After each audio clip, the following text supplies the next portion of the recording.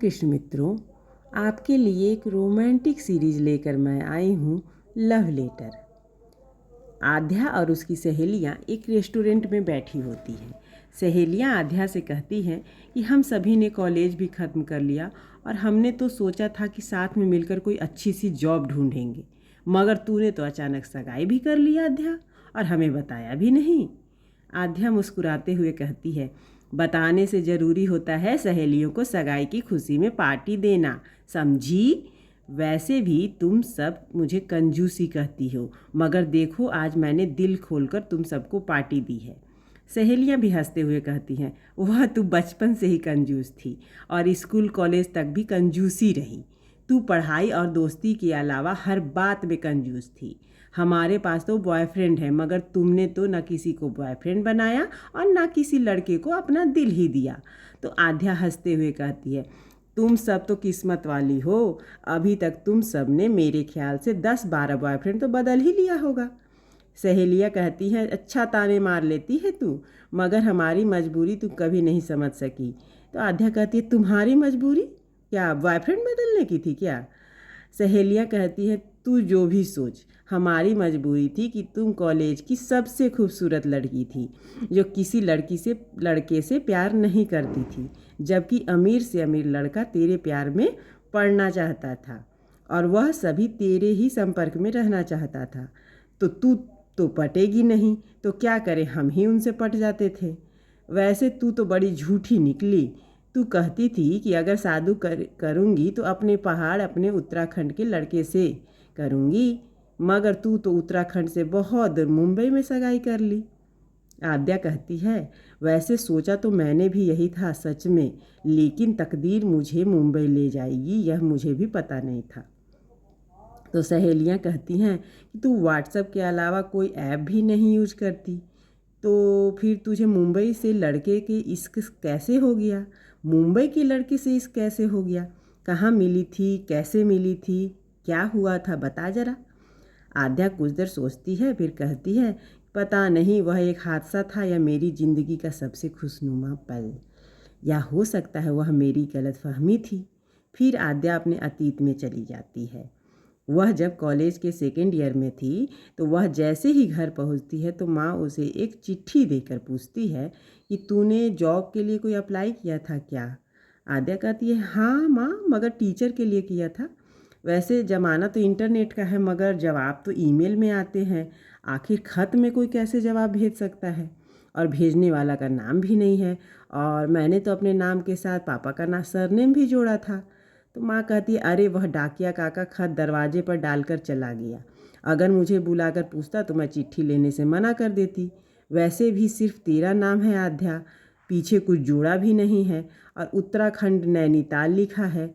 आद्या कहती है कि ठीक है, खत रख दीजिए, जब डाकिया काका आएंगे तो उन्हें वापस करके कह देंगे कि वह आध्या मैं नहीं हूँ। माँ कहती है कि यह भी सही है, मगर मैं भूल जाऊंगी, इसलिए खत तू अपने पास ही रख ले, जब डाकिया काका आए तो वापस कर देना। मगर जब डाकिया बहुत दिनों के बाद भी नहीं आया तो आध्या भी उस लव लेटर को भूल गई, और इसी तरह 1 साल गुजर गया। मगर घर की साफ सफाई करते वक्त अचानक वही खत फिर से आद्या को मिला। तो आद्या सोचती है, नाम तो भेजने वाले ने आद्या ही लिखा है, मगर पते के नाम पर नैनीताल और उत्तराखंड के सिवा कुछ नहीं लिखा है। वैसे भी डाकिया काका एक बार तो मिले थे, तो उनसे मैंने खत के बारे में पूछा था, मगर उन्होंने कहा कि वैसे तो मुझे याद नहीं है, मगर इस उम्र में मैंने कभी किसी को गलत खत नहीं दिया है। हो सकता है वह खत तुम्हारी ज़िंदगी बदल दे। अगर भरोसा नहीं तो मुझे वापस कर दे। लेकिन जब आद्या चाह कर भी खत वापस नहीं कर सकती थी, तो क्योंकि उसे भी पता नहीं था कि खत उसने कहाँ रख दिया है, और जब खत मिला तो डाकिया काका भी पोस्टमैन की नौकरी से रिटायर हो चुके थे। आद्या सोचती है कि किसी का खत पढ़ना गलत बात है, मगर 1 साल से पढ़ा है, चलो मैं ही वह आद्या बनकर आज यह खत पढ़ लेती हूँ। फिर रात को खाना खाने के बाद आद्या खत पढ़ने अपने बिस्तर पर बैठती है।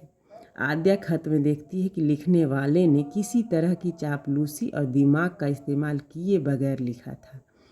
आद्या जानती है कि आप आद्या का मतलब क्या है। यह पत्र में लिखा हुआ था कि क्या आप जानती हैं कि आद्या का मतलब क्या है? आद्या मतलब होता है फर्स्ट, बिगिनिंग, शुरुआत या सृष्टि भी आप कह सकती हैं। वैसे तो यह खत आपके हाथों में आते आते आपने किसी खूबसूरत लड़के के नाम अपने हाथों में मेहंदी रचा ली होगी, या आपका कोई खूबसूरत बॉयफ्रेंड भी होगा। पता है ना आपको कि जमाना अब 4G से 5G का आ गया है। मतलब दुनिया अब मोबाइल के पूरी तरह से कब्जे में है।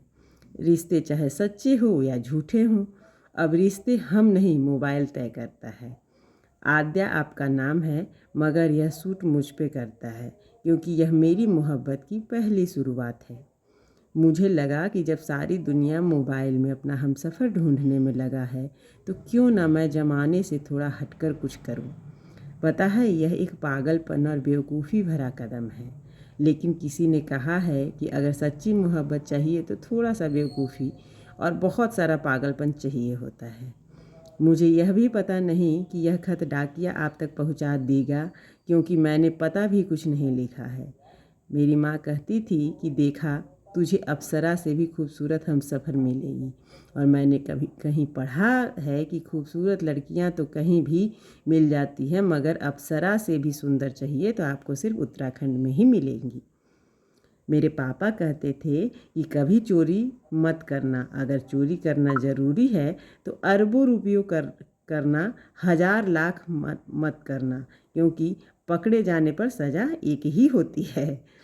मैंने भी सोचा कि चलो बेवकूफ़ी करनी है तो इस पागलपन की हद तक करना कि इश्क भले ही कबूल हो ना हो, मगर अप्सराओं से भी खूबसूरत लड़की से करना चाहिए।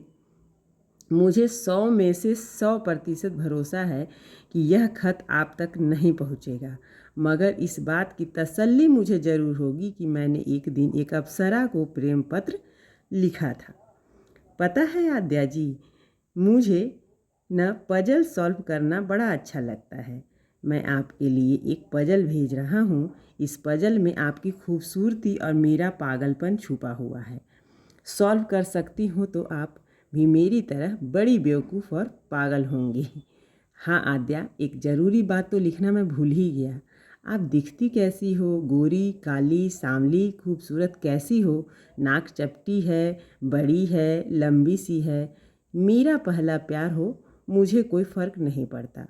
आप दुनिया की नज़रों में कैसी भी दिखो, मगर मेरी सोच और नज़र में हमेशा एक खूबसूरत अप्सरा से भी खूबसूरत रहोगी, और हमेशा खूबसूरत ही रहोगी। आखिर आप मेरी आद्या प्रेम हो, मगर आप मेरी पहली मोहब्बत हो, जिसे मैंने बिन देखे मोहब्बत करने की शुरुआत कर दी है। अच्छा, पजल को भूलना नहीं। तभी सहेलियां अचानक आद्या को चौंका देती हैं और पूछती हैं, तुम कहाँ खो गई थी? आद्या फिर सबको अपनी कहानी बताती है तो सहेलियां पूछती है, तो तुमने उस पजल को सॉल्व किया क्या या नहीं किया? आद्या कहती है, सॉल्व तो नहीं किया, मगर पजल और ख़त लिखने वाले से मैंने हमारे घर में ही मुलाकात की। सहेली पूछती है, क्या सच में लड़का बेहद खूबसूरत था?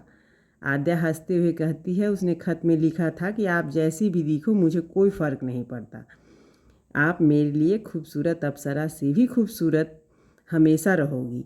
तो सहेलियां पूछती हैं कि लेकिन तुम दोनों आपस में मिले कैसे? वह मुंबई का और तुम उत्तराखंड की, और तुमने खुद कहा कि उस लव लेटर में उस लड़के का पता कुछ भी नहीं था।